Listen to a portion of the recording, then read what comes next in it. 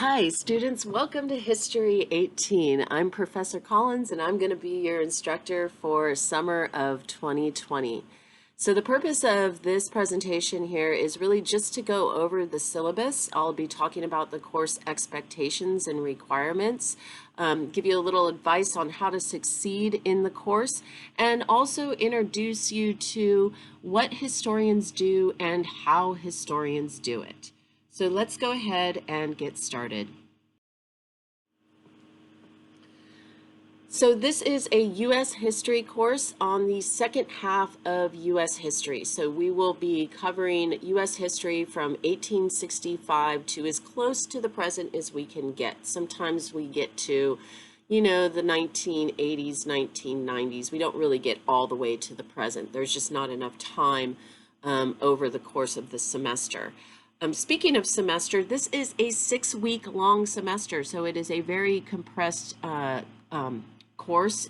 It's considered an accelerated course, so you will be doing a lot of course material that would normally be spread out over several weeks in just 1 week. So keep that in mind moving forward. The format for this course is 100% online, meaning that you will not be required to tune into the course at any particular time. However, that being said, that does mean that you will need to make sure that you are managing your time and getting all of the coursework in over the course of the week. As I mentioned, my name is Professor Collins. I'm one of 2 full-time faculty in history at College of the Desert. History 18 is one of my favorite courses to teach because it is the second half of U.S. history, and so much of the material that we will be covering is so relevant for today. A lot of the politics, a lot of the social issues are all related to a lot of the things that we will be covering in this class today. So I'm very excited for that. I love teaching this class and I love my job generally. So if you have any questions about things in general, academic advice or anything like that is also part of my job as a full-time instructor. So please do not hesitate to ask me. My email is ocollins@collegeofthedesert.edu, and this is the absolute best way to get in touch with me. I typically will take 24 hours or less to get back to you, unless it's a weekend, and then it might take a little bit longer. But in general, I'm very quick to respond. And again, please do not hesitate to reach out to me for any reason. My office hours will be held via Zoom Monday to Wednesday and Thursday at 11 a.m. from 11 a.m. to 12 p.m. via Zoom. And I will be sending out email invites with links to those Zoom meetings. So that will be sent out at the beginning of the week so that if you need to Zoom in for that particular week, you will have the links to do that. Okay, so as I mentioned, this is the second half of U.S. history. We are going to begin in the Reconstruction era of American history and get as close into the present as we can. What you see listed there are the course SLOs, student learning outcomes. These are what you should know when you exit the class at the end of the semester. So we're going to be talking about the social and importance of eras of the U.S. history in the second half of the 19th century. Then we're going to move on to talk about the 20th century, of course, and World War I and World War II.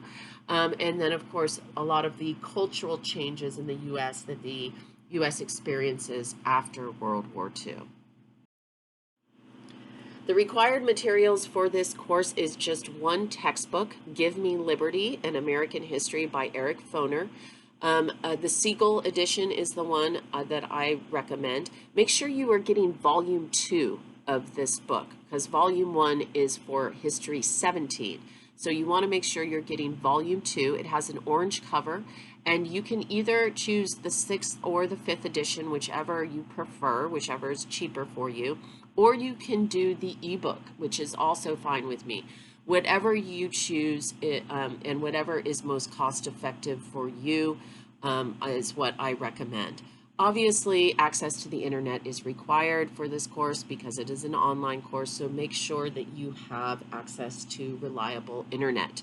And any required supplemental material for this course will be provided by me. So I will be providing supplemental documents, articles, etc. that will also be required, but you do not need to provide that. I will provide it for you, and it will be posted on Canvas.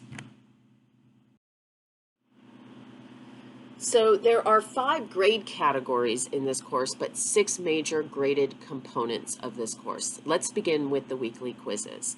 So there will be 4 quizzes at the end of every week, with the exception of exam week.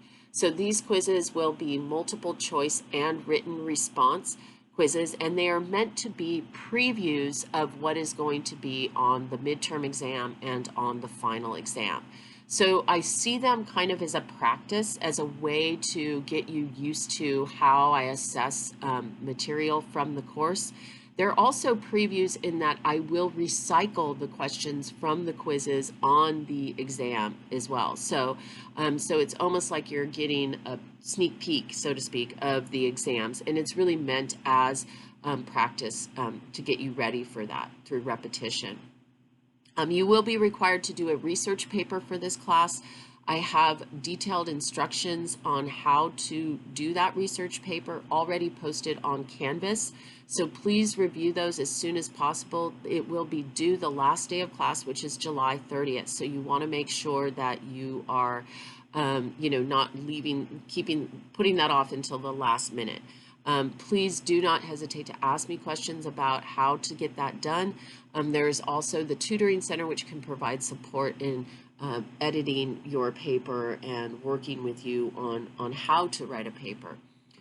Midterm exam. There is a 100-point midterm exam on July 9th. This will be a culmination of all of the material that was taught in weeks 1, 2, and 3. And there will be a study guide that will be provided a week before the exam, so that you will have a guidepost on how to study or what to study for the exam. The same with the final exam. The final exam will be based on material from weeks 4, 5, and 6. So it is a non-cumulative final exam. And it will be very similar to the midterm exam in terms of its format. So there will be anywhere from 50 to 70 multiple choice, true, false, fill in the blank questions, and then additional written response questions as well. Just short answer written response or historic IDs. A map quiz. There will be a map quiz of all 50 states in the United States given in week 4. That is a typo. So I will fix that, but anyway, it will be week 4 that we will be doing the map quizzes, and there will be no makeups for any of these things. I really don't like to give makeups for, but I'll talk more about my makeup policy later. But a map quiz of all 50 states. I have already posted on your Canvas site a link to practicing that map quiz. It's an online geography quiz site. It's kind of fun, so I recommend clicking on that and starting to test yourself on the 50 states. Weekly assignments. So there will be required weekly assignments. There will be a discussion post that will be a requirement and will be due every week on Thursday. And then your response to another student will be due by Sunday. There will also be document responses, video responses. It will change week to week, but they are required, and they are a large part of your overall grade in the course.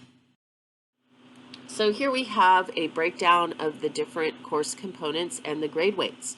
So written assignments in this course will be worth 10%. Quizzes will be worth 15%, and again, there are 4 of them. Exams, which there are 2, will be worth 50% of your grade, so that's quite a little chunk, and that's 25% each. So you really want to make sure that you study for those exams and that you're prepared. The map quiz is worth 10%, so that's also a pretty large percentage of your grade, but that's basically to compensate for your time in learning all 50 states, which I know for some people is maybe the first time that you've tried to do this. So I want to make sure that it gets that it is worth your time. The research paper will be worth 15% as well, so that totals to 100%. So again, looking at this, you see that really the things that are weighted the most are things like the exams, of course, quizzes, and the research paper, but you still want to make sure that you're keeping up on those written assignments and also study for that map quiz. Okay, so this is pretty important. I will not drop you from the course unless you do not show up. So if you are listening to this and you have posted your introduction, I think that you are in the course. So your introduction on the discussion link, that was really like me taking roll. So if you posted your introduction, I know that you are in the class, that you have logged in, and that you are engaged in the class. And again, that is due on Wednesday, June 24th. So if you have not done that, then I assume that you are not a part of the class and I can drop you from the course. But other than that, I do not drop you. So let's say you participate in the course for the first week or the first week and a half, and then you, for whatever reason, decide that you can't follow through, or you can't take the course. If that's the case, you must drop the course on your own through WebAdvisor. Now, that being said, if you're having a difficult time figuring out how to drop the course, or you need help, or you need me to do it for you, please let me know. I'm happy to do that, and I'm willing to do that for you. So let me know, and we can work on it together. But the best thing is not to ignore it because otherwise you will get a bad mark on your transcript. Okay, so most of these things we've already gone over, but again, these are the graded components of the course. So you will have weekly assignments that can include discussion posts, video responses, document responses. Every week, except for exam week, will be a quiz based on the material that we have covered in that week. There will be 2 exams, a midterm and a final. They are non-cumulative, multiple choice, and written response exams.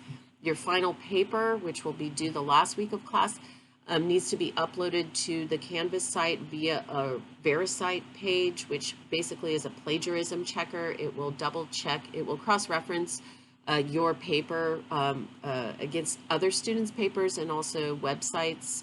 So if you copy-pasted from a website, if you copied from another student, it will catch that. And so you want to make sure that you're being diligent and ensuring that your citations are correct and that you are just not plagiarizing. And then finally, the map quiz in week 4. There will be a map quiz of all 50 states in the U.S. And students will need to know the location and name of all 50 states by memory. And again, I've got that link to the website that you can use to practice for that map quiz. Okay, so just some basic stuff here. My makeup policy, typically I just don't allow for makeups. Unless there is an emergency of some type, and you need to let me know before the due date of whatever it is that you're requesting to make up. So let's say you were requesting to make up a quiz. Well, you need to let me know before that quiz is due, you know, why you cannot complete the quiz. And then I have the right to ask for a verifiable excuse. That might be some kind of documentation or something like that. I also reserve the right to say no to any request for a makeup. So in general, it's just better to try to get the work in on time. I know many of your fellow students, they of course are trying their best to get everything on time, so I really don't want to make exceptions. But again, if there is some kind of an emergency or something like that, I do have mechanisms in place in order to address those situations. Academic integrity, this is mostly just for the plagiarism part of the course. Obviously, our exams are going to be open book and open note because it is an online course, so I'm assuming that you're going to use your notes and the textbook, which is fine. But for your paper, you really want to make sure that you're not plagiarizing and that you're citing your paper correctly. And then finally, for the classroom conduct, obviously we're in an online environment, so you want to make sure that your online posts or any Zoom interactions that you have with either me or other students are positive. Obviously, no negative or discriminatory behavior or language will be tolerated in this class. And then finally, please review the netiquette statement posted on Canvas in the introductory module for further instructions on what type of expectations for conduct in the class are. Okay, if you are a DSPS student, please get me your accommodation form as soon as possible so that I can make the proper accommodations for you. We do have a link to the DSPS website on Canvas under the Student Resources module. So if you need to contact DSPS or if you need to talk to your counselor over there, just do so as soon as possible and get me that accommodations form so I can make the necessary accommodations. We also have a great tutoring center at College of the Desert, and tutoring is available online. So I did put a link on our Canvas page for a virtual tour of the tutoring center for the summer session. So please check that out, take a look at that, and probably for your paper, you're going to want to use the tutoring center to help with edits or to make suggestions. And again, they have writing tutors over there and they do a really good job. So please check that out and use that as a resource for you. Okay, so success. I want you to succeed in this class. And so I really want to make that happen, but unfortunately I can't make that happen. You got to make that happen. So you will need to put time and effort into this class in order to succeed. Here are some guidelines and some tips of how to succeed in this class.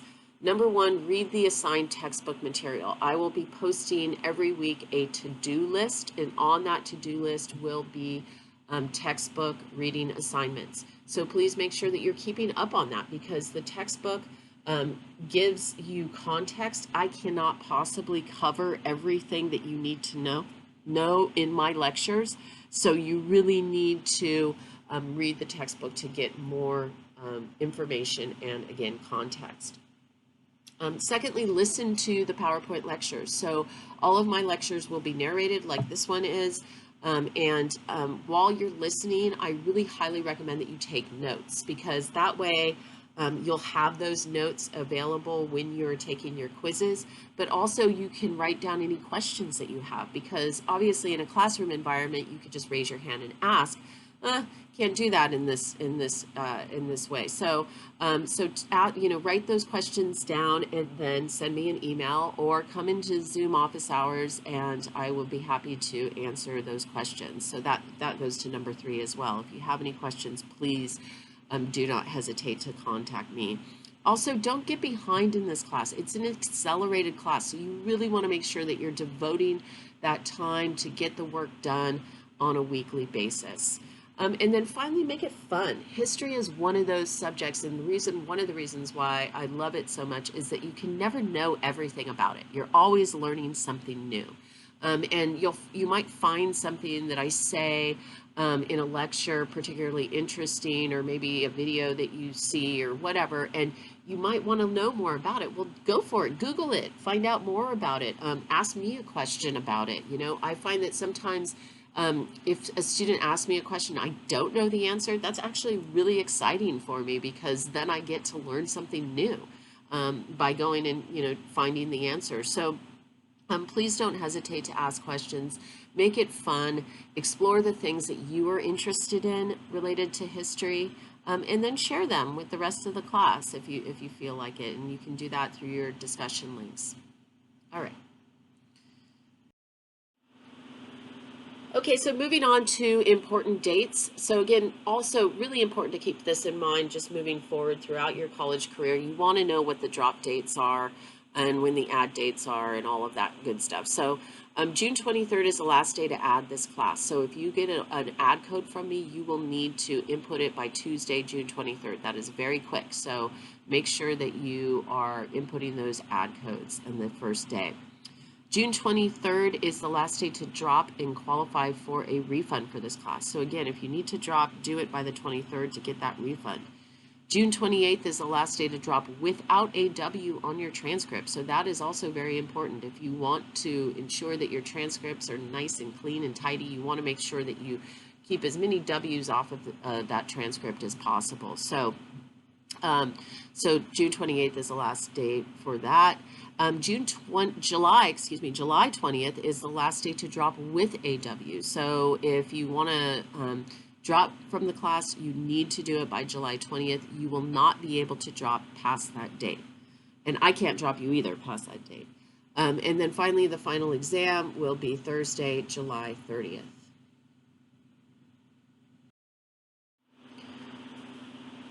Okay, so now we're going to move on to just talk sort of generally about what historians do. Because sometimes people are like, oh, well, I know what a math person does and I know what a scientist does, but what is it that historians do? Well, primarily what historians do is research, and they research the past, right? So places, events, people that have happened, existed in the near and distant past. And then once the research is completed, kind of piecing it together, putting it together like a puzzle, and really looking for and interpreting meaningful trends over time. And then once those meaningful trends are established, presenting those interpretations to the general public. And this can be through writing, so it could be through historic fiction, historic nonfiction, writing an article, writing any kind of book, right? And so that's one way. Another way is to be an educator like myself and, teach other people about history. Or perhaps you work in a museum and you create an exhibit about history. Or consulting, either for historic preservation or maybe consulting on a public memorial space. So there are a lot of different ways in which historians are trying to hold together and maintain the integrity of the past, but also pass those stories on to future generations so that we have a really strong understanding of not just ourselves as individuals, but also ourselves as a society, right, and as a culture. And it really does help you make informed decisions, whether those are political decisions or even in some cases personal decisions. Knowing about the past is so very important for really understanding who we are as individuals again, and as also as a collective society. So how do historians examine and research the past? Well, we are looking at secondary and primary sources. So I'm going to now explain the difference between secondary and primary sources. Let's begin with secondary sources, right? So secondary sources, the definition of a secondary source is a source that is written or produced after a period of study. So let's use an example from U.S. history. Let's say you wanted to know more about World War I. You don't know anything about World War I. So if you want to know more about a particular topic, what do you do nowadays? Well, you're probably going to Google it, right? And you'd stick it into the Google search engine, and then you would get probably a result of, a Wikipedia page on World War I, or maybe a Britannica page, and those would be sort of at the top of your search results.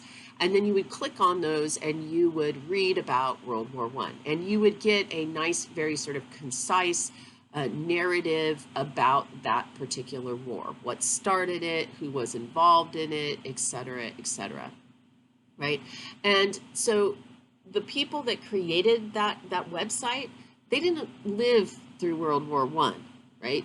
They are telling you about World War I because they have researched World War I and they know World War I, and they're presenting it to you in a way.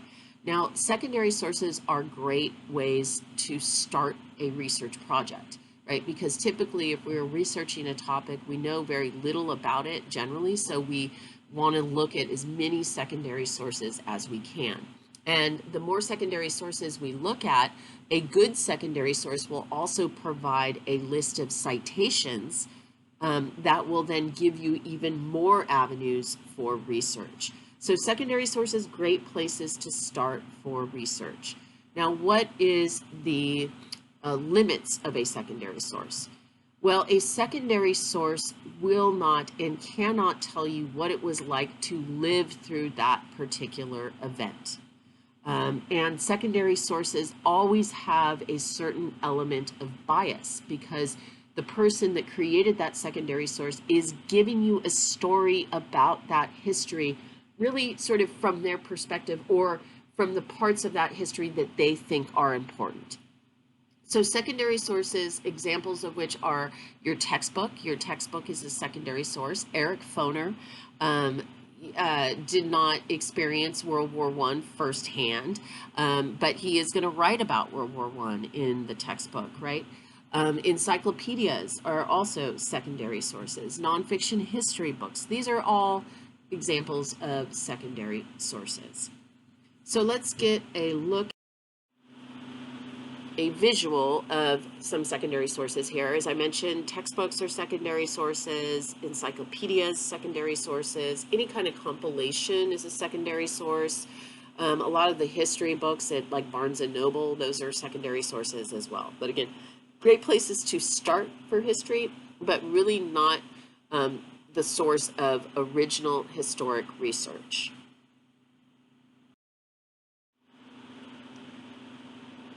Original historic research comes from analyzing primary sources.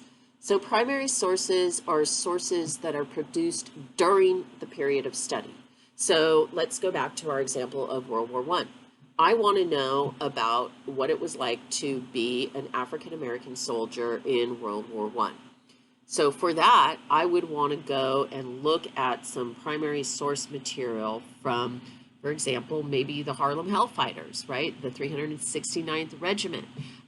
Did any of them leave any diaries or memoirs, or maybe there's some letters or anything like that? And so you can Google primary sources. A lot of primary sources are now digitized and housed in online archives. So it's really a great time for historians when it comes to research, because so much of this primary source material that we used to have to go to, libraries and archives and kind of dig through these like dusty old folders are now available online.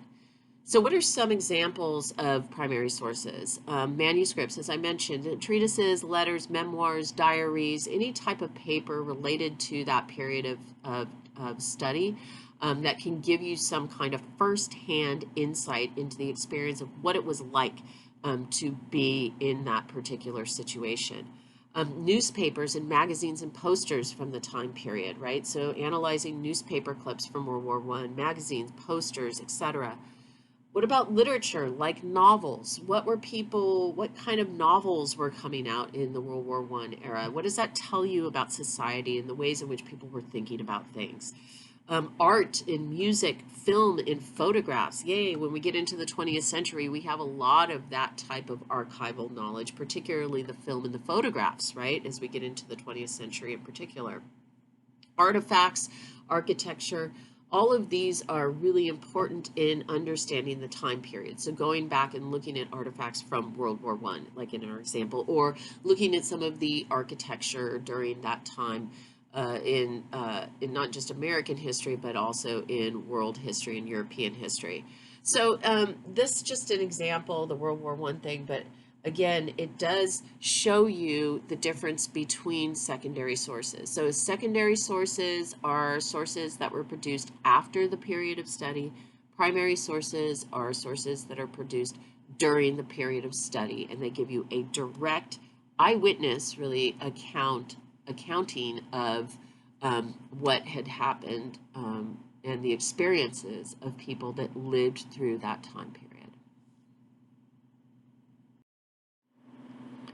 So here are some examples of some primary sources. So we see up there a Union, from the Civil War, we see a Union music sheet. And then you see some letters here as well. You see some of the pages from Lewis and Clark's journals.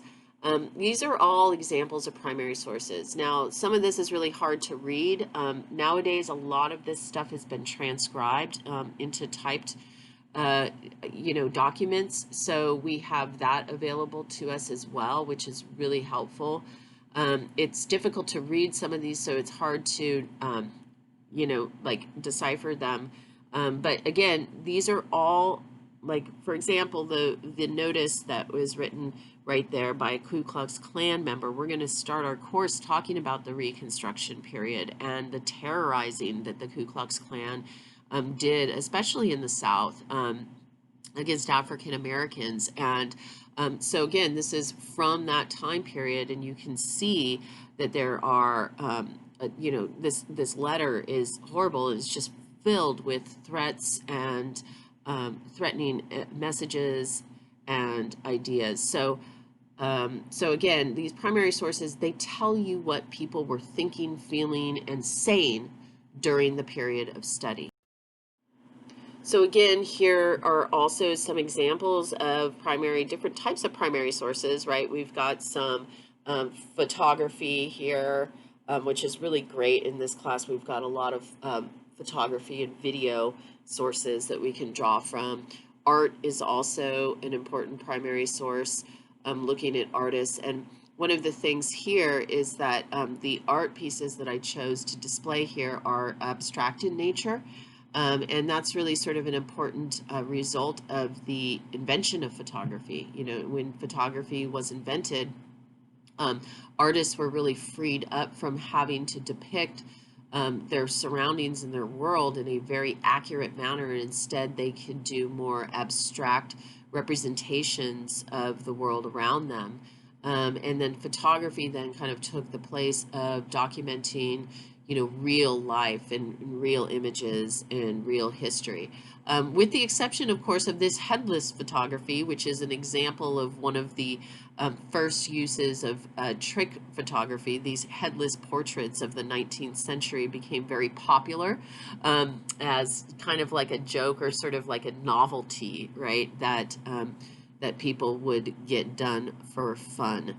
But again, primary sources can come in lots of different forms, but they are really lending themselves well to for the historian and the researcher to understand the time period.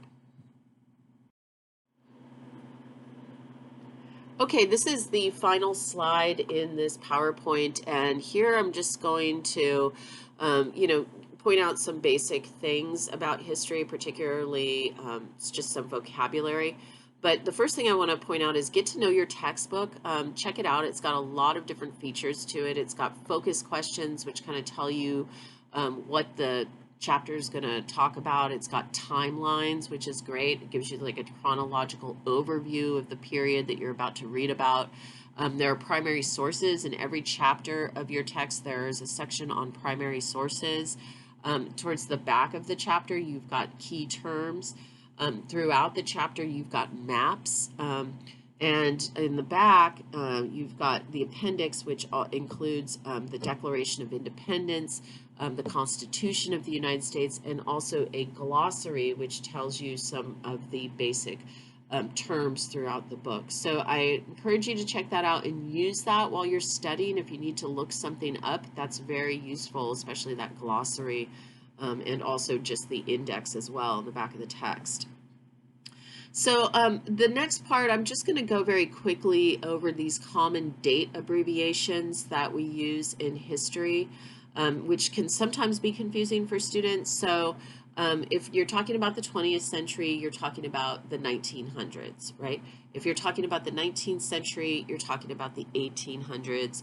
You're talking about the 18th century, you're talking about the 1700s. You're talking about the 17th century, you're talking about the 1600s, right? So these date abbreviations will be used interchangeably by me while I'm lecturing.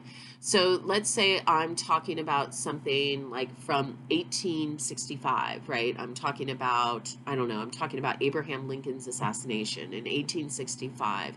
And then I switch in the next sentence and I say the 19th century.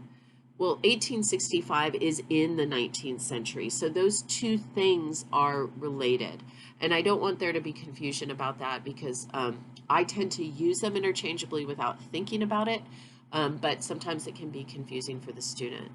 And then these last things here are just abbreviations that are commonly used in history. We're not really going to use a lot of these because we're not studying ancient history, but just know that for the most part, most textbooks these days use the abbreviation CE, also known as Common Era, which was formerly known as AD, and BCE, also known as Before Common Era, which was formerly known as BC. So we have transitioned from using the abbreviation AD and BC to using CE and BCE in their place. And that's just something that is happening across academia throughout the United States and across the world. So that's it for this particular PowerPoint. If you have any questions about the syllabus or this general sort of introductory information related to what historians do, please don't hesitate to send me an email or Zoom into office hours. All right, guys, have a good one. See you later. Bye.